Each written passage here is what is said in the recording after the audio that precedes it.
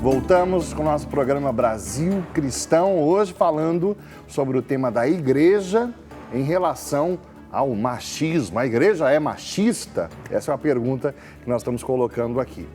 No primeiro bloco, o que nós fizemos foi, de fato, demonstrar que desde o início o que nós temos é o contrário disso. Nós temos uma cultura greco-romana, como o padre Douglas vinha dizendo, que cerca a igreja nascente. Essa cultura, sim, que coloca a mulher como um ser de segunda categoria. O padre até citava aqui Platão, eu me recordava das obras da Ilíada, Odisseia, Eneida. Todas essas obras colocam a mulher, de fato, como um ser de segundo escalão, e essa é a cultura ao redor da igreja nascente. Mas o que nós vemos, né, padre e Drica, a partir da encarnação do Verbo, a partir do próprio Jesus, a postura é completamente diferente. Eu acho que nós podíamos partir daí. O cristianismo que já existia ali naquela época, vivido pelos apóstolos, já era diferente. O próprio Senhor Jesus já faz coisas que aos olhos da sociedade ao redor choca. Por exemplo, né, a mulher samaritana fica surpresa de que ele lhe dirija a palavra. Sim. E ele o faz com toda a tranquilidade, né? E por aí vai, né? Acho que nós podemos partir daqui, padre. Sim. O evangelho, se você quiser ler um evangelho com essa chave de leitura, a chave de leitura da feminilidade, se você quer ver assim o valor da mulher, o papel da mulher, etc., leia o evangelho de Lucas. A obra lucana, né? Lucas e Atos dos Apóstolos, ela foi escrita por São Lucas para cristãos de origem grega. Tá? É importante nós entendermos isso. Como na sociedade grega havia essa depreciação pela mulher no mundo e, ao mesmo tempo, uma veneração por figuras femininas no plano da divindade, porque havia isso, né? Afrodite, Atena. Então, existem mulheres que são divinas e essas devem ser cultuadas, reverenciadas. Agora, aqui na Terra, mulher é problema e tem que ser subjugada. Essa era a mentalidade grega, helênica. Pois bem, Lucas, conhecendo esse contexto, ele mostra o Senhor Jesus numa relação com a figura feminina que destrói, né, a partir de dentro, essa mentalidade. Então, é em Lucas que você vai encontrar o protagonismo da Virgem Maria. Exato, o relato da encarnação. Da encarnação, da infância, os relatos da infância são longos e só estão contidos em Lucas. Se você comparar Mateus com Lucas, por exemplo, você vai ver claramente a distinção. O protagonista em Mateus é José. É São José que é visitado por anjo em sonho. Em nenhum momento Mateus fala da visita do anjo à Virgem Maria. Quem fala disso é Lucas. É José que pega o menino e a mãe vai para lá e vai para cá. É José, isso em Mateus. Em Lucas, o tempo todo, o anjo fala com Maria. É Maria que vai à casa de Isabel. É Maria que dá lá carraspando em Jesus aos 12 anos. Meu filho, eu e seu pai estávamos preocupados com você. O tempo todo, Maria, a mulher é protagonista em Lucas. Lucas capítulo 8 também vai deixar muito claro, um pouquinho antes até, no capítulo 5, você vai ter a sogra de Pedro sendo curada. Tem como que uma reinscrição do Gênesis. Jesus exorciza um possesso na sinagoga de Cafarnaum e em seguida ele cura a sogra de Pedro. É um homem sob o poder do demônio e uma mulher sob o poder da febre. É figura de que Jesus vai renovando o homem, renovando a mulher. Assim como foi um homem e uma mulher perdidos no Antigo Testamento. Depois, no capítulo 8 de Lucas, você vai encontrar a explícita informação de que quem sustentava o ministério de Jesus e dos apóstolos, sustentava financeiramente, eram mulheres. Lucas capítulo 8. Se você tem dúvida, pegue sua Bíblia já aí em casa e leia. E, inclusive, disse ali o nome de algumas dessas mulheres. Maria Madalena, da qual Jesus havia expulsado 7 demônios. Susana, que era esposa de um alto funcionário da Palestina. Então, mulheres que com seus bens sustentavam o ministério. Olha o papel das mulheres no Evangelho de São Lucas. Enfim, vários outros textos nós poderíamos ir citando aqui. O fato é que já em Atos dos Apóstolos, com a vinda do Espírito Santo, isso vai ficar ainda mais evidente. O papel, o protagonismo de um cristão na comunidade não se dá em primeira instância pelo sexo que ele tem.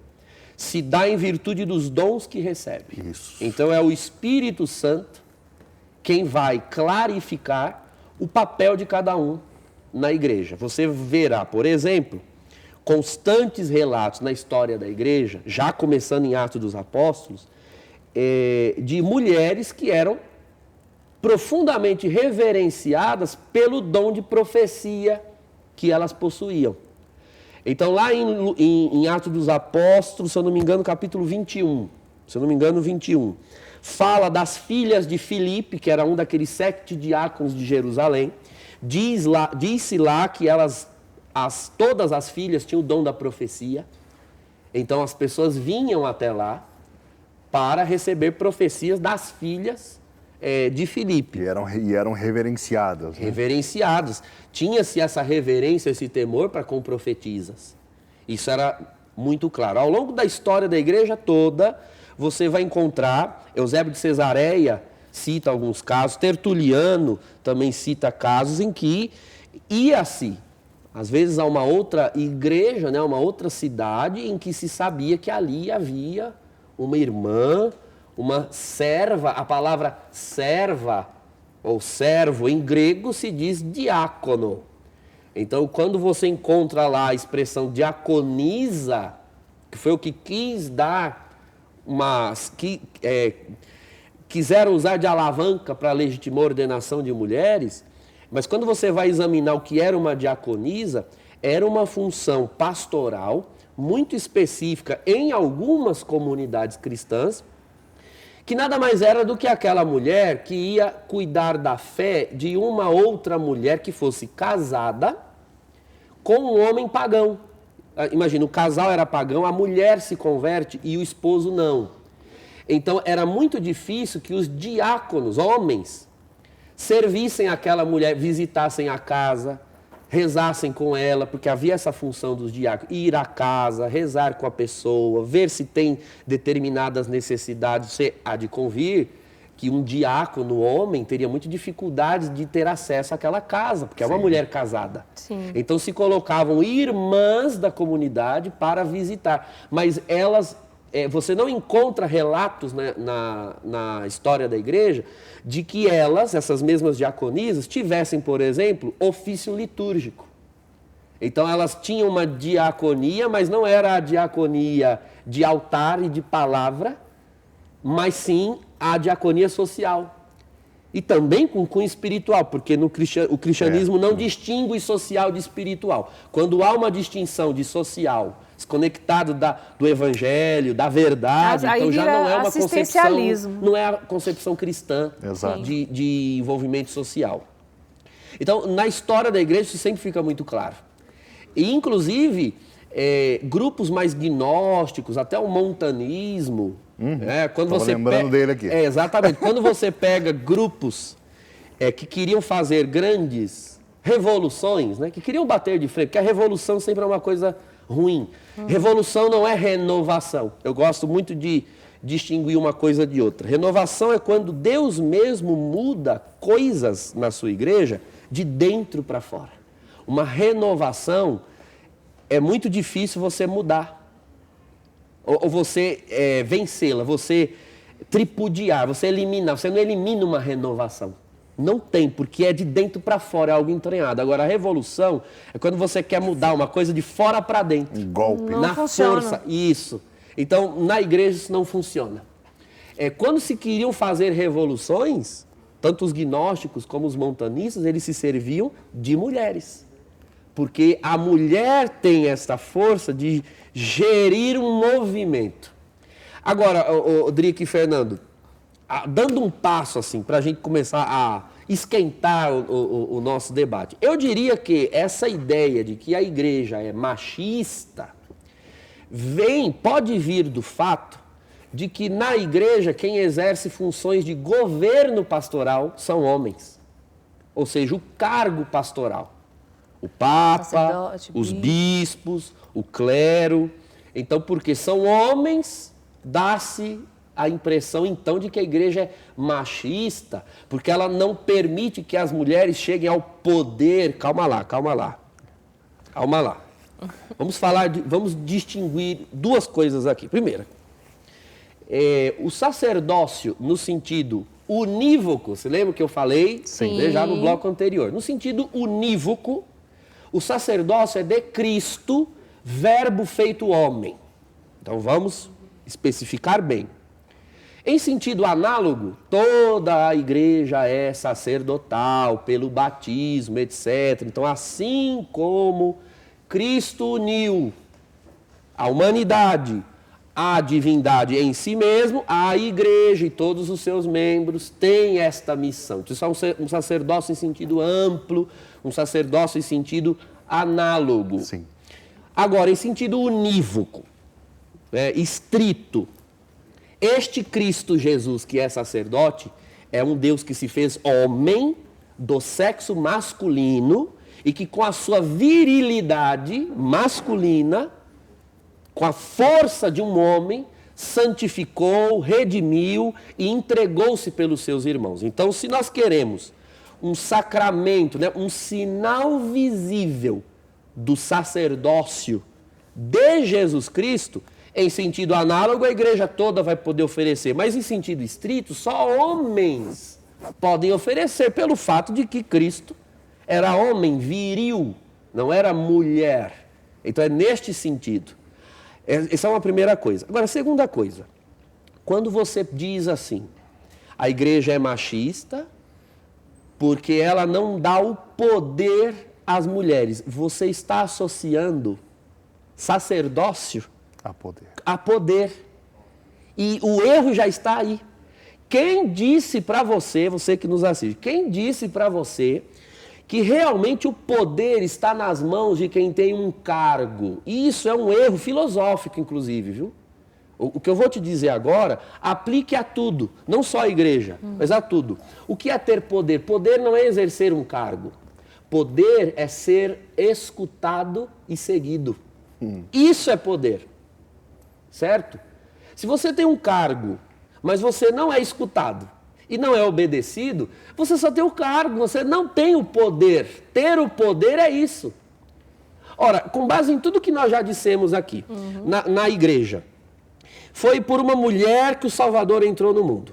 Foi esta mulher, recordando aquela letra famosa da música do Padre Zezinho, Maria de Nazaré, foi essa mulher que fez o Cristo andar, que fez o Cristo falar, que fez o Cristo caminhar. Por certo que muitas das palavras pregadas por Cristo, historicamente ele ouviu dos lábios de Maria, de José também, claro, mas da sua mãe. A tradição de Israel, a herança de Israel, o Senhor recebeu da sua mãe.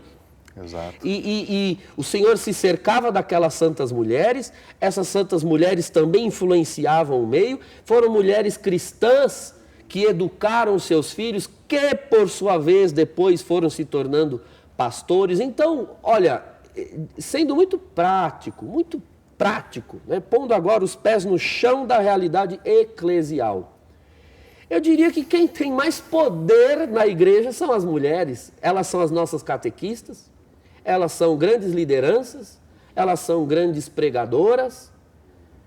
Eu diria que se nós dessemos os cargos de governo, vamos assim dizer, para as mulheres, em nada isso diminuiria ou aumentaria o poder, entre aspas, que elas já têm. Entende? Sim. Os homens ocupam o cargo de pastores porque assim Deus o revelou. E deixa eu dizer para você, como pároco, eu sou pároco, eu governo uma comunidade. É uma ilusão de que quem tem o cargo de governo, por causa disso, tem o poder. eu não seria nada na minha paróquia sem muitas das mulheres que estão ali. Muitas. Elas são grandes lideranças, coordenadoras, catequistas, formadoras.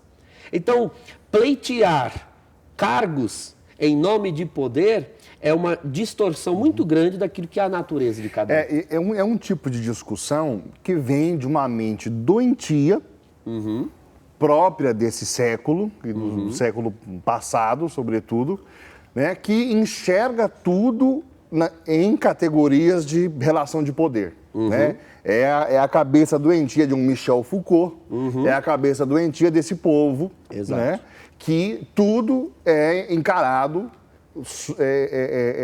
sobre luta de classes, uma classe querendo dominar a outra, uma classe tripudiando sobre a outra. Então, se nós tivéssemos que buscar de onde vem essa doença, eu voltaria lá naquela obra, né, de Karl Marx com Engels, A Origem do Estado, da Família, da Propriedade, onde ele vai dizer que a origem da opressão é justamente a família patriarcal, porque o homem subjuga a mulher, ensina os filhos a também subjugar, e aí começa um ciclo vicioso. Portanto, a família é um mal que tem que ser combatido, porque a família ensina a opressão.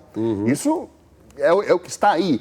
E Shulamit Firestone e todas essas grandes feministas, que de grande não tem nada, diga-se de passagem, começam a desenvolver essas teorias todas e começam a colocar o homem e mulher dentro da igreja sob a ótica da relação de poder. Exatamente. Né? Então, você reduz tudo a cargo e poder. Exato. E essa máxima do marxismo, já em Marx e Engels, ela foi aprimorada depois, nos anos 80, pela Escola de Frankfurt, principalmente Horkheimer, Marcuse, Habermas, né, autores dessa escola, que eles foram reler e descobrir assim, olha, por que foi que as tentativas de implantar regimes totalitários, socialistas, comunistas, não funcionou. Isso ali já no final dos anos 80. Eles descobriram que existem instituições na sociedade que não têm cargos, você pode matar os cabeças, né, os que exercem cargos, mas ela continua tendo poder. Uma delas é a igreja, o cristianismo. Matou-se muitos padres, muitos religiosos, né? Em Cuba se fez isso, se fuzilava lá no paredão. Na Espanha, no México. Na Espanha, no México, na União Soviética. E mesmo assim o cristianismo estava ali, né? E por quê? Matavam os cabeças, mas não mataram, por exemplo, muitas mães, esposas. Elas continuaram ali e o cristianismo estava nelas. Padre, e elas fermentaram os seus filhos. Segunda-feira que vem, nós vamos fazer um programa aqui no Brasil Cristão sobre Conchita Cabreira. Perfeito. Aí vocês vão ver o poder que uma mulher tem na igreja. Ah, muito poder. Agora, veja, eles releram e viram, bom, nós precisamos então, disseram esses neomarxistas, precisamos ler aí a história, né, porque eles são muito bons de conhecer o seu inimigo profundamente para tentar vencê-lo. Os neomarxistas olharam para a história da igreja e procuraram examinar quais momentos da história foram maus, né, significaram danos para a igreja. Para quê? Para que eles vissem que elementos foram esses que causaram danos históricos, danos, enfim, que implodiram a igreja a partir de dentro em diversos aspectos, para que eles tentassem de forma massiva e maciça, né, em dois sentidos a palavra, destruir a igreja. Então você se lembra que eu disse no bloco anterior que essa mentalidade de homem sobre a mulher era pagã, o cristianismo exorcizou isso, e quando o paganismo começou a entrar, isso fez um grande mal. Então, olha só, essa luta entre homem e mulher fez muito mal à igreja na Idade Média. Depois, eles foram observar lá outros dois movimentos um pouco mais modernos, o Renascimento. O Renascimento dizia, bom, o cristianismo foi uma desgraça, nós precisamos trazer de volta as teses pagãs, né? As religiões pagãs. Então vem um renascimento, mas renascimento de quê? De teses religiosas das religiões pré-cristãs. Depois da Revolução Francesa, a mesma coisa. Vários princípios contidos, então, na virada política da Idade Média, no Renascimento e na Revolução Francesa, o neomarxismo foi e leu tudo isso e relaborou. Então, na verdade, o que os novos movimentos neomarxistas, né, com inspiração de esquerda, o que eles têm é criar... Que nós estamos vivendo hoje, sim, né, que estamos vivendo hoje no mundo, é pegar todas as ideias que possam minar aquilo que o cristianismo defende para eliminá-lo. Agora, não pense que esses pensadores, né, esses ideólogos de esquerda, defendem essas coisas porque acreditam nelas. Não, eles usam essas coisas com um fim, destruir o cristianismo. Não importa o meio. Não importa o meio. Agora, vamos entrar criar a hipótese, né? Vamos supor que eles conseguissem. Então, você que de repente acha que a igreja é machista, que a família é machista, e em nome de combater esse suposto machismo, você se torna uma grande feminista militante. Vamos supor. Defender o direito das mulheres, a supremacia das mulheres. Tirar a camiseta e andar pela rua. Isso. Então vamos supor que por um momento esse movimento se alastrasse e prevalecesse. E aí você não tivesse mais uma sociedade cristã e que subissem a cargos, né, não só de governo, mas tendo o poder, só mulheres. Vixe, então, vamos supor. E aí já não haveria igreja, não haveria bispos, não haveria papa, não haveria nada disso. Tudo mulher. Tudo mulheres. Uma grande ilha de Lesbos, como havia lá na Grécia Antiga. Né? A palavra lésbica, né, vem da ilha de Lesbos, que era uma ilha que havia na Grécia Antiga, onde só viviam mulheres. Então elas só viviam entre si. Por isso lésbica, né? Da ilha de Lesbos. E ainda hoje existe essa ilha lá com esse nome. Vamos supor que o mundo fosse uma grande Lesbos. Você acha mesmo que então finalmente haveria o paraíso das mulheres? Jesus, que isso seria um sonho? Não, sabe o que aconteceria? Não existiria o paraíso das mulheres. Existiria uma elite de mulheres governando e oprimindo as outras, porque o que está por trás é um projeto de poder, não é um projeto de igualdade. A sociedade precisa entender, as pessoas precisam entender que ideologias são essas que estão por trás. É porque elas querem defender as mulheres? Não, é porque elas querem depreciar o homem, e uma vez que o homem fosse depreciado, eles passariam de observar a mulher do ponto de vista sexual para observar a mulher do ponto de vista social. Sim. Então agora vamos...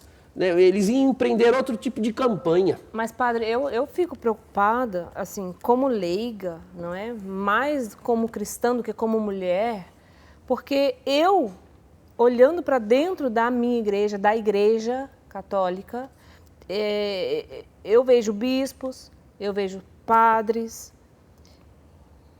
apoiando esses discursos. E alguns leigos que não têm conhecimento comprando a ideia, porque como é que eu não vou acreditar no meu bispo, por exemplo? Vamos dar um exemplo. Como é que eu não vou acreditar no meu pároco? Porque é ele que vai me visitar, é ele que está lá na igreja, na paróquia.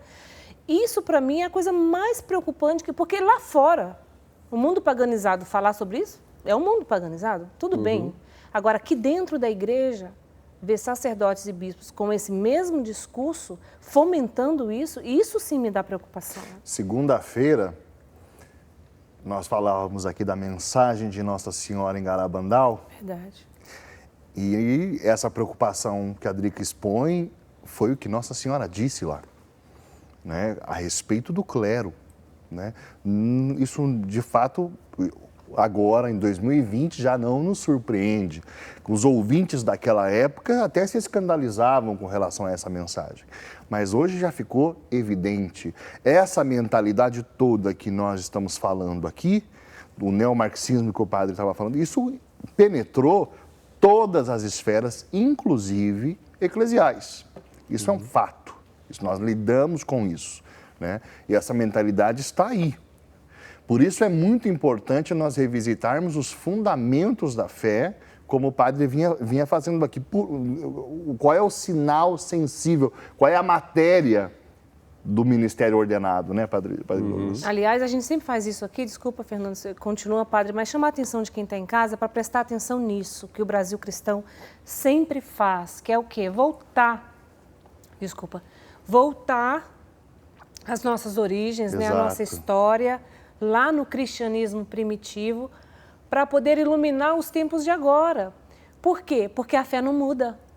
A fé, o cristianismo é imutável. Não tem ninguém que vai trazer uma coisa nova para colocar aqui. Já foi feito tudo. Então é por isso que o Brasil cristão sempre volta para iluminar o hoje, né, Padre? Pode Exatamente. É nesse sentido. Nós precisamos sempre, como usou bem uma expressão, o Fernando, olhar para o cajado de Pedro. Olhar para a fé da igreja de 2000 anos. Talvez a gente, para responder essa questão que a Drica levantou, podemos entrar num terreno um tanto espinhoso, mas precisamos entrar. É necessário. Eu sei que de repente algum irmão no ministério possa não gostar do que eu vou dizer, mas eu vou dizer porque é uma realidade e os fiéis leigos que me assistem hão de concordar.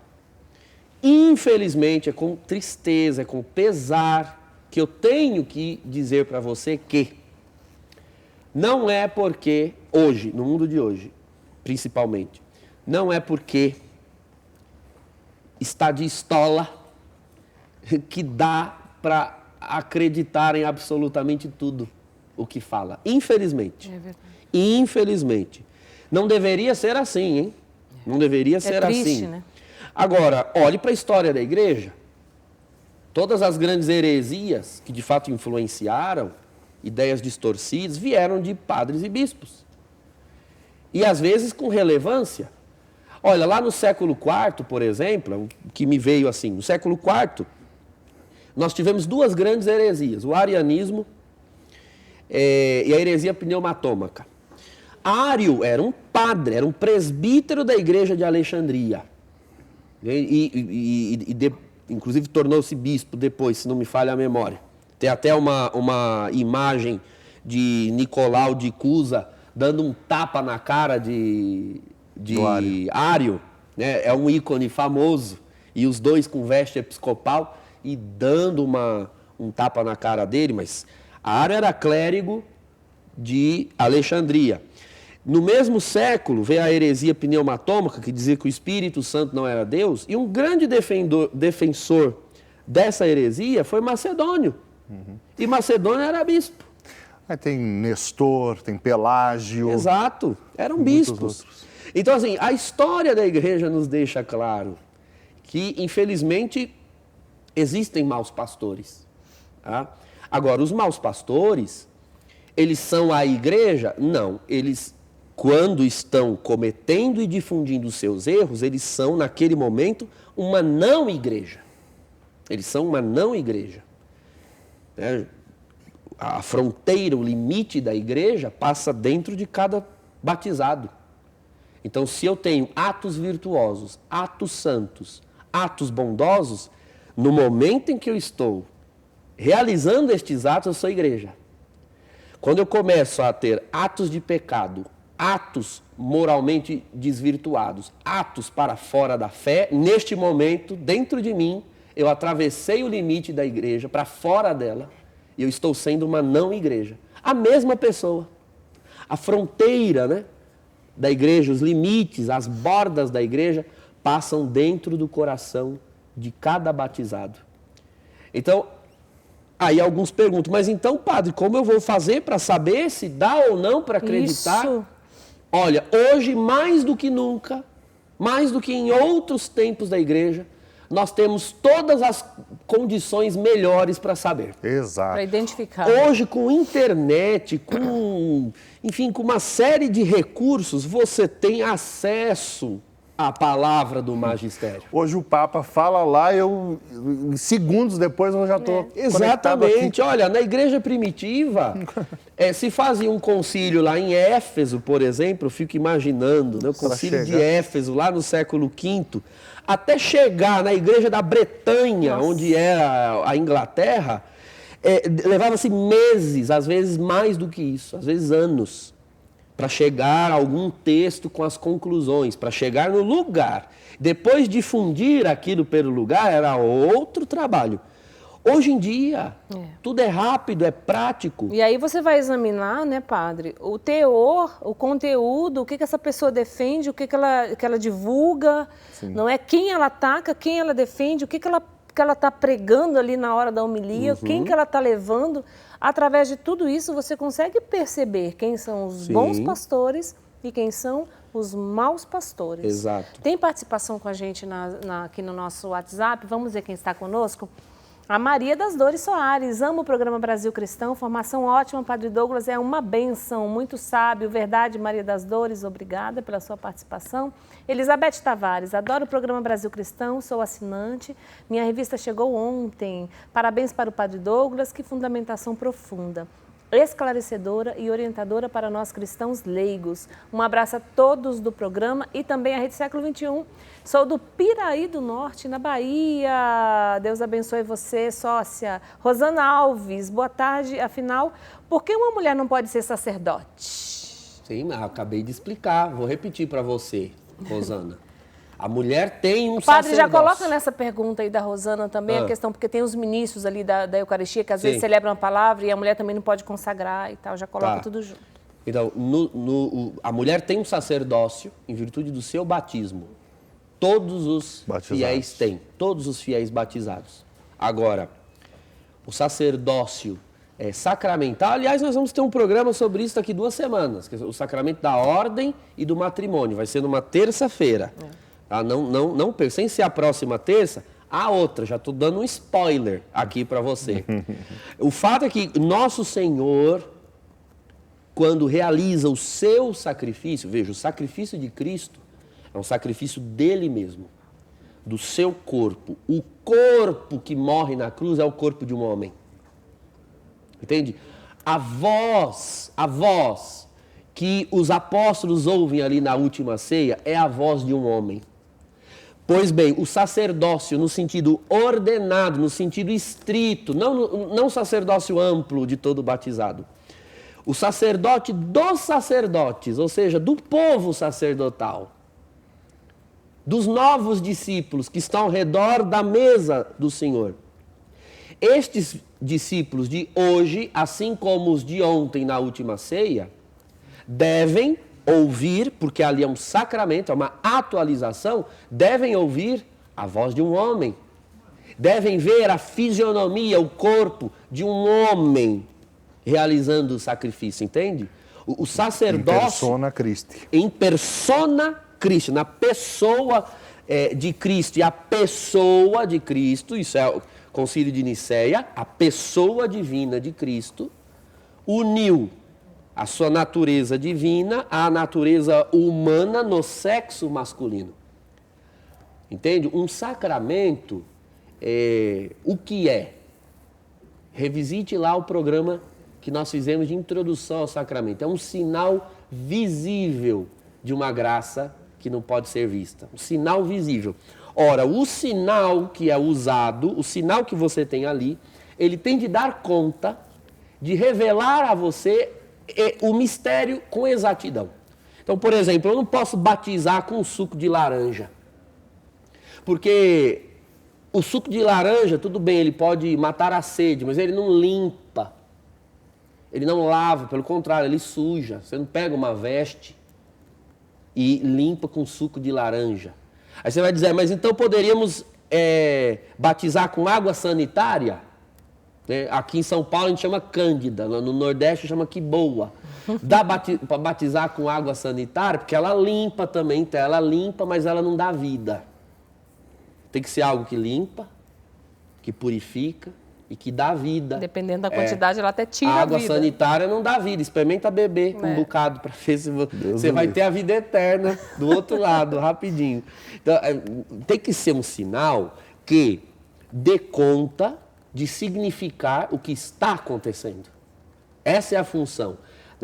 O Catecismo da Igreja diz que os sacramentos, eles operam o que significam. Ou seja, eles não só significam, eles operam. Porque se opera o que significa, então não é apenas um símbolo, mas uma realidade. Então, o ministro, aquele que de fato realiza a Eucaristia e o perdão dos pecados, tem de ser alguém, no gênero humano, tem que ser alguém que realmente signifique a pessoa que se sacrifica e que absolve. Esta pessoa é um homem. Então, vou usar uma palavra aqui filosófica, né? É ontologicamente impossível que uma mulher seja sacerdote no cristianismo. Ontologicamente no ser, é próprio do ser. É próprio do ser no sacerdócio ordenado no cristianismo a virilidade. Tem que ser um homem. É a voz de um homem que diz: tomai todos e comei. É o corpo de um homem que realiza o sacrifício. E por isso, para nós, sobretudo no Ocidente, o celibato é tão importante para o sacerdote católico. Porque quando ele diz assim, na Santa Missa: tomai e comei, isso é o meu corpo entregue por vós, ele está dizendo uma verdade. Este corpo é entregue por vós. Este corpo não pertence a uma mulher, este corpo não pertence a outros filhos, este corpo é todo entregue por vós quem? A igreja. A igreja. Veja que o sacerdote, estou dando spoiler demais sobre o sacramento da ordem, nós vamos ter programa sobre isso. Mas veja que não é possível a mulher, não. Entende? Em nenhum momento a Virgem Maria, por certo, lá no primeiro século, em nenhum momento a Virgem Maria ambicionou aquela posição, em nenhum momento. Porque agradava à Virgem tomar parte no sacrifício. E de fato ela tomou, não só do sacrifício cruento, lá no Calvário estando lá, mas incruento, participando da Eucaristia celebrada por Pedro, por João e pelos outros apóstolos. Então tomar parte no sacrifício não diminui em nada a pessoa pelo simples fato de que ela não realiza esse sacrifício. Agora, é claro que existem funções ministeriais na igreja que não estão atreladas a essa doutrina de sacramento e que podem, obviamente, ser exercidos, funções ministeriais, exercidos por quaisquer cristãos, independente do sexo. Então, a pregação da palavra, em diversas circunstâncias e situações, né, não sendo a litúrgica, né, na missa, o critério para se pregar a palavra nem é se é homem ou se é mulher, é se é ministro ordenado ou não. Né? O Fernando, por melhor pregador que ele seja, numa missa ele não pode pregar. Se ele prega melhor do que eu, não é essa a questão, não é a qualidade, é o sacramento, a visibilidade sacramental que a pessoa oferece. O Fernando não é ministro ordenado, eu sou. Então ali eu tenho que pregar. E se eu não posso, eu não tenho condições, então não há pregação. Na missa é assim. Presta atenção nisso aqui, pelo amor de Deus. Eu ia fazer um comentário, mas eu nem posso. Na missa é assim. Agora, esses dias eu vi uma live aí falando que um padre celebrava e depois o outro que fazia homilia. Foi uma confusão. Outro padre não pode outra pessoa fazer. leiga. Um leigo não pode. Há um documento que deixa isso muito claro. Agora, uma celebração da palavra não é missa. Né? Ela não é uma liturgia sacramental. Sim. Ou culto da palavra, como em alguns lugares do Brasil se usa dizer. Então, ali uma mulher pode pregar, como ela prega num grupo de oração, Exato. Como ela prega num seminário, como ela dá formação num fórum, num congresso. Uma mulher pode ser teóloga, uma mulher... veja, o grande passo lá na igreja primitiva da empoderamento, vamos usar essa palavra que as feministas adoram, do empoderamento da mulher no cristianismo é justamente o da virgindade consagrada. Lá Império Romano, a mulher não tinha a liberdade de dizer não vou me casar com fulano ou cicrano porque eu não o amo. Ela não podia. Ela tinha que obedecer os pais porque o casamento era arranjado para garantir esses negócios que haviam. E cristãs valorosas, muito famosas, como por exemplo Santa Luzia, Santa Cecília, morreram porque se consagraram sua virgindade e disseram, não, eu tenho este poder, esta autoridade em Cristo Jesus de dizer, de determinar a quem eu entrego o meu corpo ou não. E o meu corpo eu consagrei a Jesus. Eu acho que essa é a questão. Você, mulher, de repente, que tem esse questionamento, eu acho que você tem que se perguntar por que você gostaria de ser um sacerdote ordenado, de onde vem esse desejo, o que você está buscando, você quer viver inteiramente para Cristo? Então vá para um convento, vai se dedicar ali toda a sua vida ali, quer viver em função pastoral, vai ajudar, tem tantas instituições precisando, você pode fazer isso, quer ser uma grande pregadora, vá pregar. Eu acho que também a gente precisa questionar de onde vem... Revisitar as motivações. Se não está vindo do externo, de outras pessoas que você escutou. Perfeito, isso é muito importante, né? Perfeito. Vamos fazer o seguinte, vamos para o intervalo então, a gente já volta, é bem rapidinho, continue participando conosco.